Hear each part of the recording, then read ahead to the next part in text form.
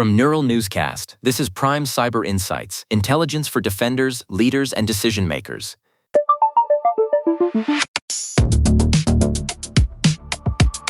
This is Prime Cyber Insights for July 1st, 2026.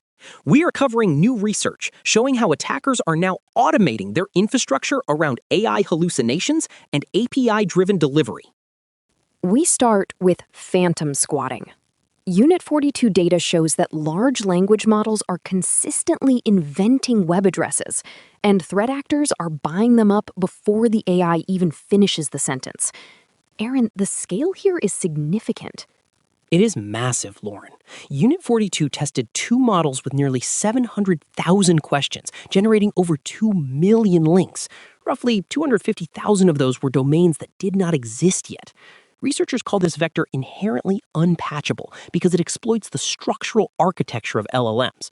We saw this in the wild with a Montana Empire phishing kit that mirrored a National Postal Service storefront just weeks after a model predicted the domain.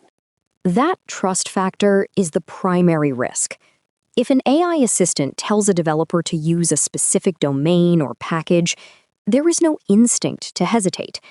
It mirrors the slop squatting we saw with software packages, but now it is a back-end service. Researcher Bert-Jan Pauls just published an analysis of 3,000 ClickFix payloads, confirming this is no longer just a manual trick. ClickFix has moved to an API-driven model. When a victim hits a fake Prove You're Human page, a back-end server checks an access token and returns a freshly scrambled command.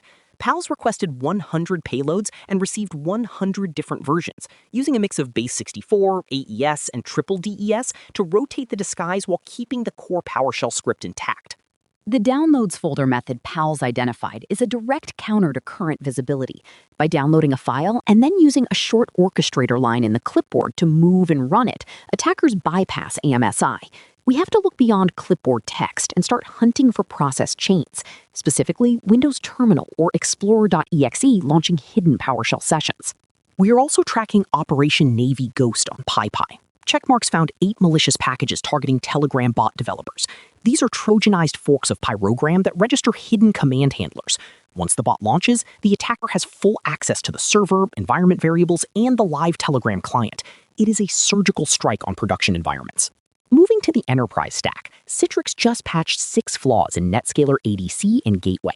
2026 Kate Verde-Colino's 8451 is the one to watch, a SAML IDP vulnerability that allows out-of-bounds memory reads. Meanwhile, Google dropped a massive update for Chrome yesterday with 382 security fixes. 15 are critical, including a sandbox escape tracked as 2026 Kate Verde-Colino's 13789. Lauren, there is a troubling parallel between these technical gaps and operational ones. A new DHS Inspector General report found that United States Secret Service personnel are regularly refusing to use government-issued phones because they are not suitable for mission operations. Instead, they are using personal devices for official business, which lacks the management and mobile threat defense needed for VIP protection. It is a visibility nightmare. If operatives use personal devices because the approved ones lack critical apps, you have an unmanaged surface during high-stakes missions. The recommendation is a formal policy overhaul, but until the hardware meets the mission, the risk of interception remains high.